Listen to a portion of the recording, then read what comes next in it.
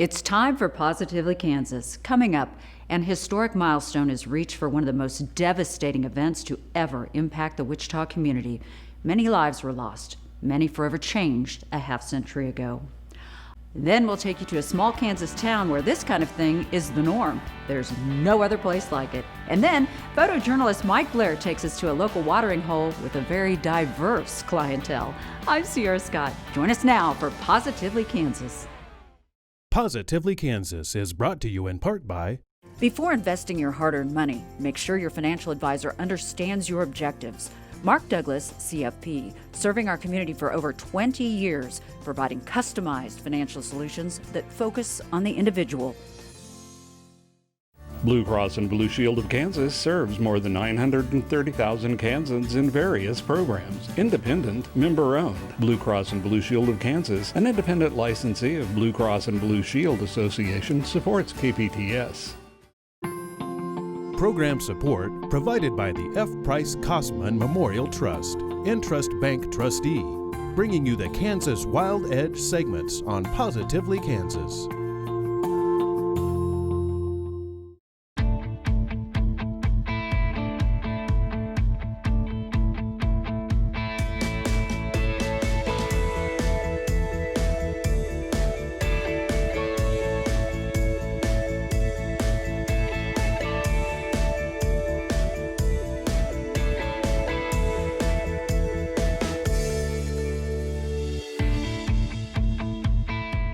It's one of the worst sports tragedies in world history. On October 2nd, 1970, a plane carrying Wichita State football players, coaches, athletic director, and team boosters crashes into a Colorado mountain. 31 people are killed. Crash survivors, relatives, friends, and others gathered on the WSU campus for the 50th anniversary to remember those who died and those who survived. Chris Frank reports. To Elizabeth Wilson Winterbone, this old helmet is priceless. Yep, this is a 1970s football helmet from Wichita State.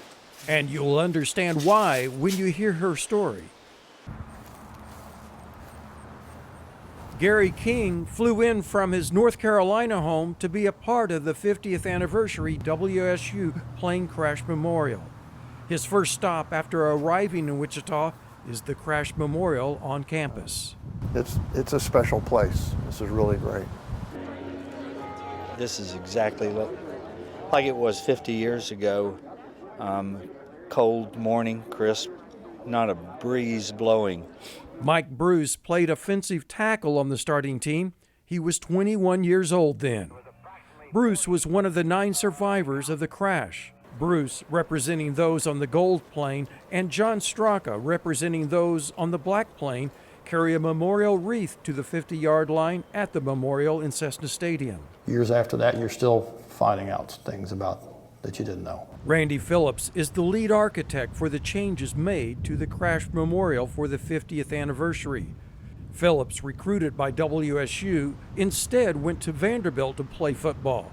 But Phillips was so moved by the crash, he transferred to WSU to play ball the year after the crash. Elizabeth Wilson Winterbone has 1970 WSU football memorabilia, a piece of the old stadium turf, team media guides, and such. Her father, Ben Wilson, was the Wichita State football coach. Her mom, Helen Wilson, and dad were on the fateful gold plane, which crashed on a Colorado mountainside. They did not survive. This memorabilia is part of the collection of items left to Winterbone and her older brother when her parents died. I've yet to figure out who number 15 was. We checked, and the jersey was for quarterback Robert Renner. Renner from Garden Plain was the team's starting quarterback, so was on the gold plane, which crashed.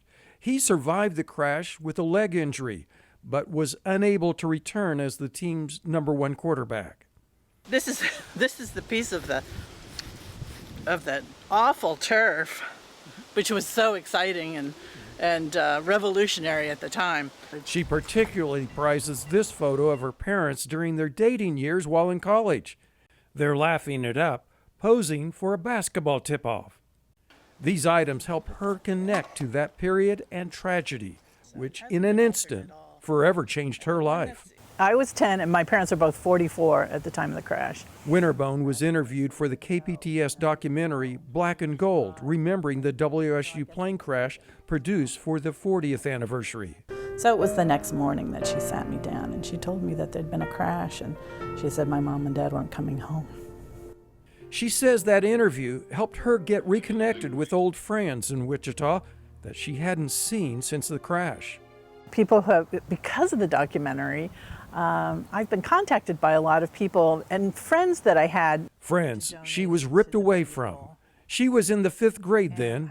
The family moved to Wichita in 1969 when her father was hired as the new football coach. I went through an incredible traumatic experience. She was suddenly forced to live with distant relatives she didn't even know. So it was really kind of going to live with strangers, and they didn't really know Mom and Dad either. And so conversation and questions just didn't happen. There was no talking about my parents and no talking about processing. The 10-year-old felt like she was living on eggshells, which could crack any time. I learned to try hard to fit in. What I really would have liked to have had someone who would tell stories and keep my mom and dad alive. Instead of sharing memories, she had to learn to survive. You don't have the capacity mentally to process what you're going through. And so for me, a lot of it was just pushed down. It felt the safest was to try to be quiet and just fit in and not cause any waves. Not cause any waves, she says, because having already experienced trauma, she didn't know what potential tragedy lurked behind the next door. Here I am, 50 years later, and look back and think, gosh, it seems to have gone really quickly. She says she's finding some healing through the shared experiences of other plane crash survivors. Wilson Winterbone came to her first memorial in year 2000. I can't express how important they are. And even though it's been 50 years and they have them every year, and I hope that they don't cancel them as long as people show up. At these memorials, she finds and interacts with people she can relate to who also lost their parents in the crash, such as Gary and Dina King. This is significant to me and my family and my sisters, and you know, it's a touch point of something to remember and recall. This memorial is a place he has come many times before to reflect on the sudden loss of his mother and father. Here's another excerpt from the KPTS documentary. There were a number of special supporters and boosters aboard whose lives were also lost. They included Shocker Club President Ray Coleman and his wife Maxine, who had 2 children, John and Etta Mae Grooms, who also left behind 2 children, and State Representative Raymond King and his wife Yvonne, who left behind 7 children. All in all, 13 children were orphaned as a result of the crash. By the numbers, 22 children lost a parent. 13 lost both parents. 7 of the 13 were children of Raymond and Yvonne King of Heston. Gary was 16 years old then. We certainly think about our parents. I think about my parents, but you know, the significance of the impact of the crash it had on not just our family, but many, many families and players and the whole university. So it was, it's a special place. This is really great. Gary discourages anyone from putting the victim label on him and his sisters. You know, many people today look at the victim mentality. This happened to me, and look at woe is me.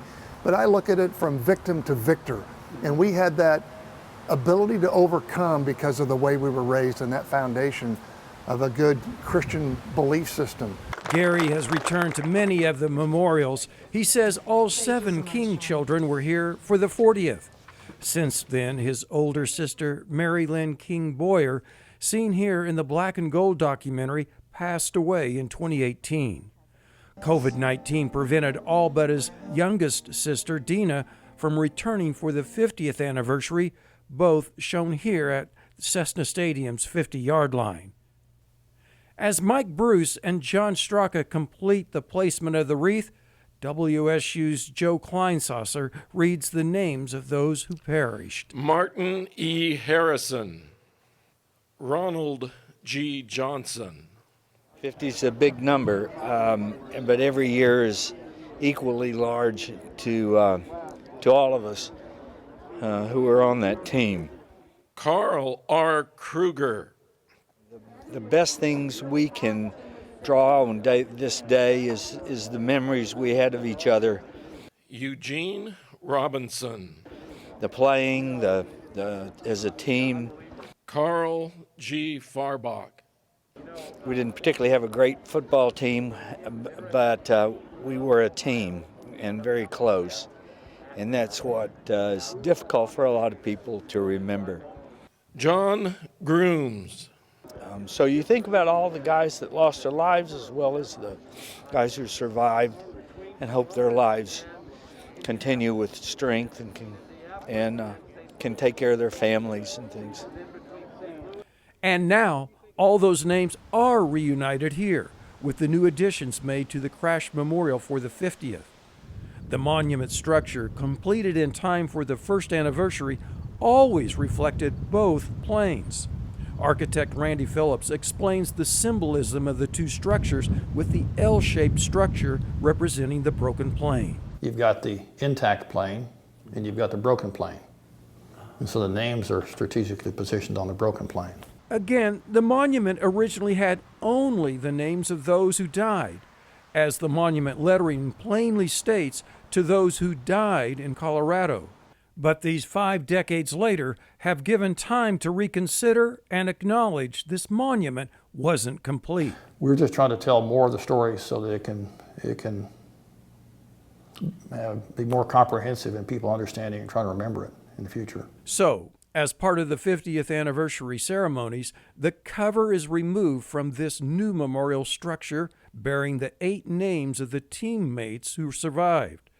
The structure is made to resemble a piece of the broken plane and is placed between the 2 larger structures.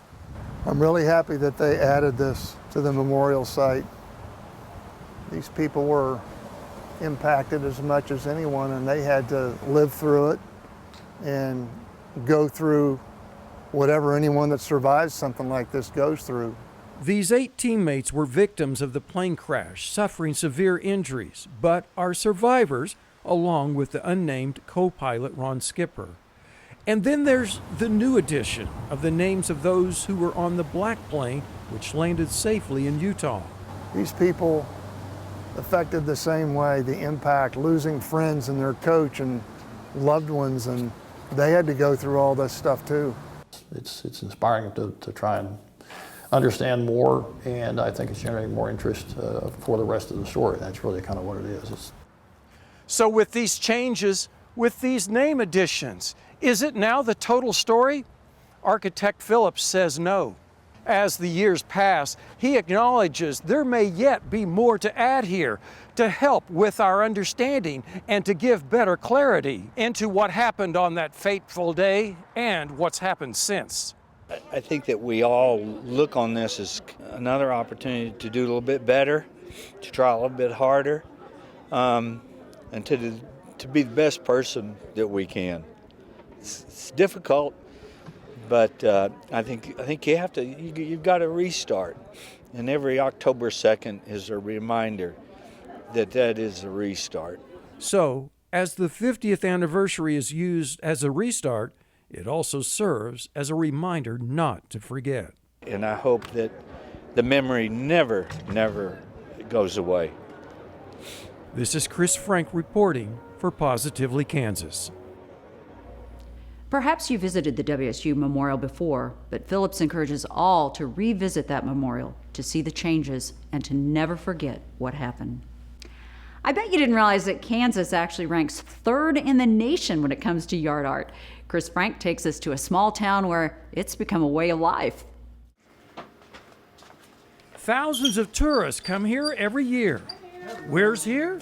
Why, it's the Garden of Eden in the small town of Lucas in north central Kansas. Are you ready to take a tour? Yes. The Russell County town only has a population of about 400, But according to its Chamber of Commerce, it manages to attract 15 to 20,000 tourists a year.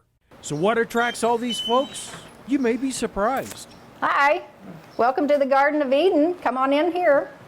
Now, I always thought the biblical Garden of Eden was in southern Mesopotamia, you know, where modern-day Iraq is. But now I've learned that the Garden of Eden is right here in Lucas, Kansas. There are several artistic attractions in Lucas to visit these days, and we'll talk more about some of them shortly, but none of them would likely have come about if it hadn't been for the artistic showmanship of S.P. Dinsmore. He built the house in 1905 to 1907, and then he started working on the sculptures after that. His name was Samuel Perry Dinsmore. Dinsmore, born in 1843 in Ohio, fought on the Union side in the Civil War. Years later, with his first wife, Frances Barlow Journey, and their 5 children, Dinsmore, a school teacher and farmer, moved near Lucas to homestead free farmland. He was a showman. He was quite the showman.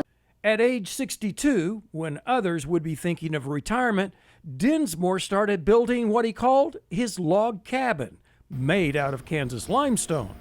It had to be limestone. There weren't enough trees here back then to build out of wood. You can see the outside of the house here as you look at these corners that it is like a log cabin. His dream was to live in a log cabin, so he made it out of the post-rock limestone that was native in this area. He purposely built this to be a tourist attraction, while also serving as the family home. But it was as a tourist attraction, this main level with all the different colors of wood that he was using, California redwood, pine, and oak. Dinsmore was a visionary.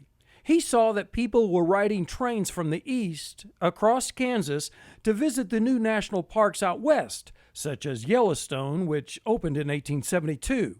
So, he built his interpretation of the biblical Garden of Eden to entice some of those tourists to stop here. He was going to take a little bit of their money as they traveled through. And there is Adam and Eve, the serpent, the devil, offering forbidden fruit, and Adam's heel, representing his seed crushing the serpent's head. Cain and Abel are here, as well as angels watching over this creation. All of these sculptures formed with reinforced concrete.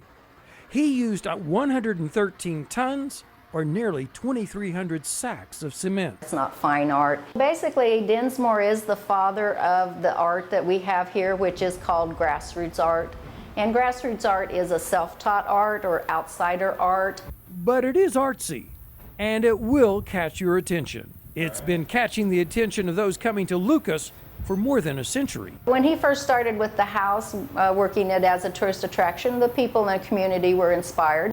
So you can blame or credit Dinsmore for inspiring others in Lucas to pursue grassroots art. It's not difficult to find other artsy displays in Lucas. There's the American Folk Art on Main Street. That name pretty much explains everything. It's very unusual and very nice.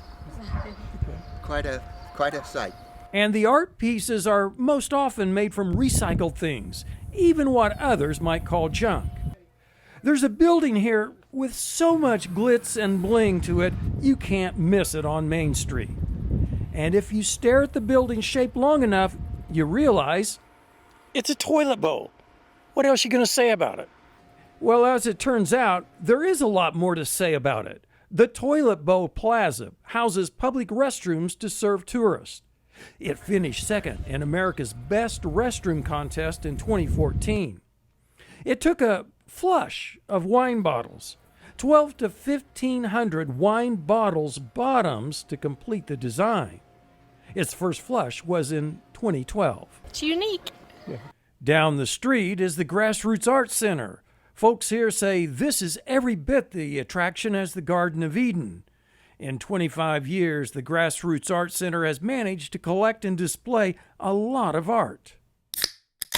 A full-size car and motorcycle made out of thousands of aluminum can pull tabs catches a lot of attention.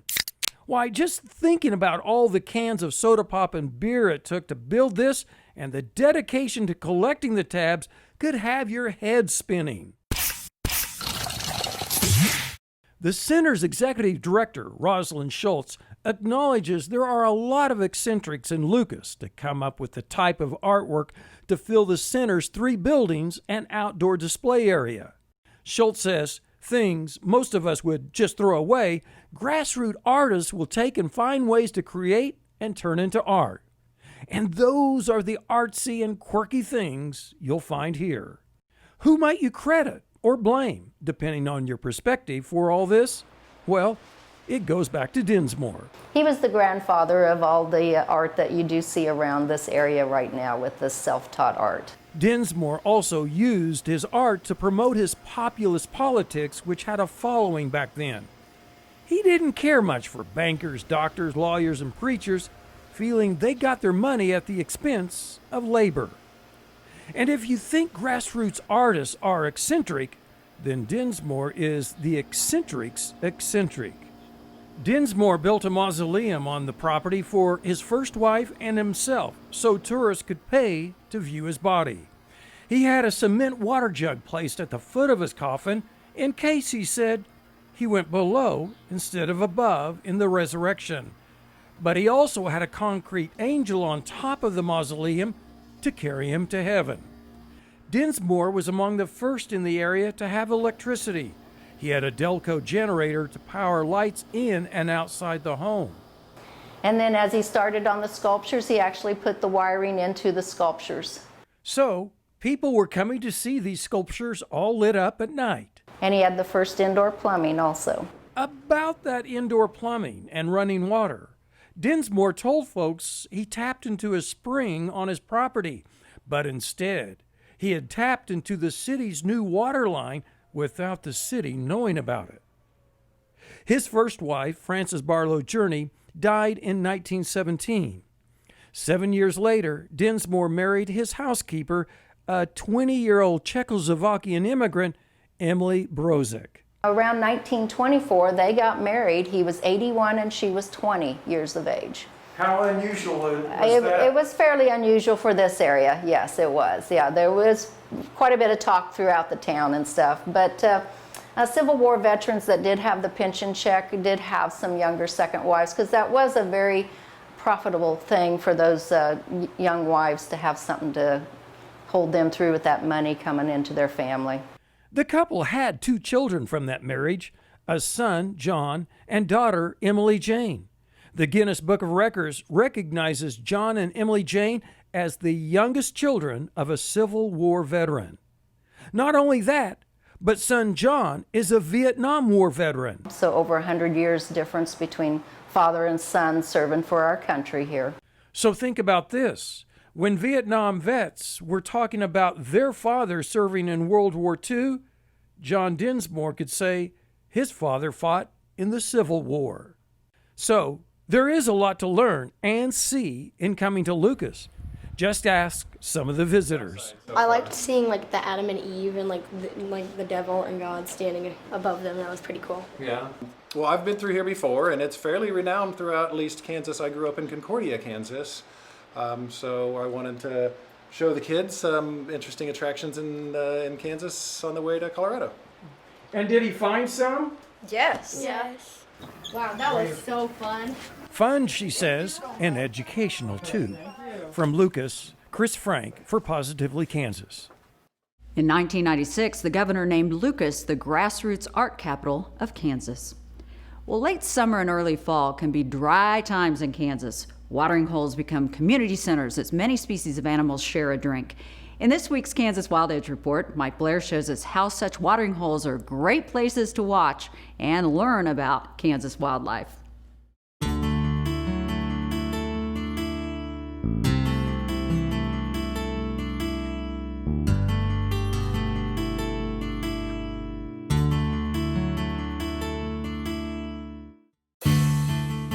It's another hot summer day with temperatures in the 100s.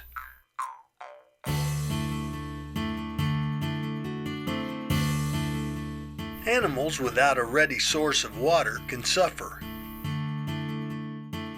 A pond makes things easy, but drying water holes are fleeting.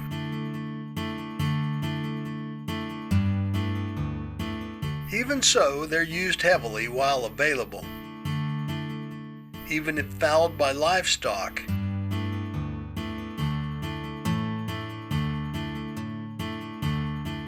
An hour or two of watching shows a parade of animals and birds drinking and bathing to stay cool.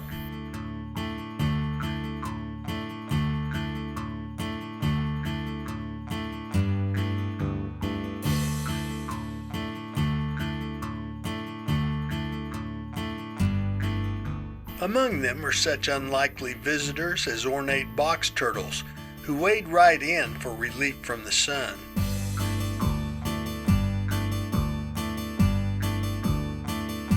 Birds return again and again, visiting every 10 minutes or so. Bigger animals do the same in deeper water. Here, a coyote takes a midday swim. A raccoon hits a tank near a windmill. And summer bucks in velvet come for a drink while the sun is still high.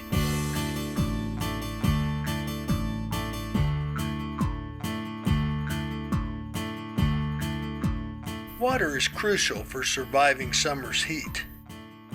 If you can take some discomfort yourself, water holes are always good places to observe wildlife.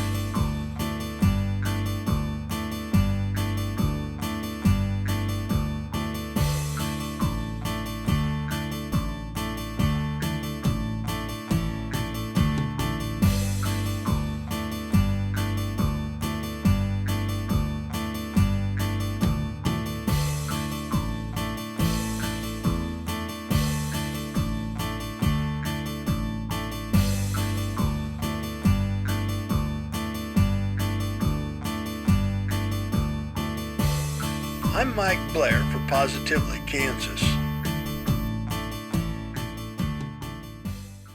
Well, that's all for this week. Drop us a line if you have a story idea. PositivelyKansas@kpts.org is the email address. Until next time, I'm Sierra Scott. Sayonara.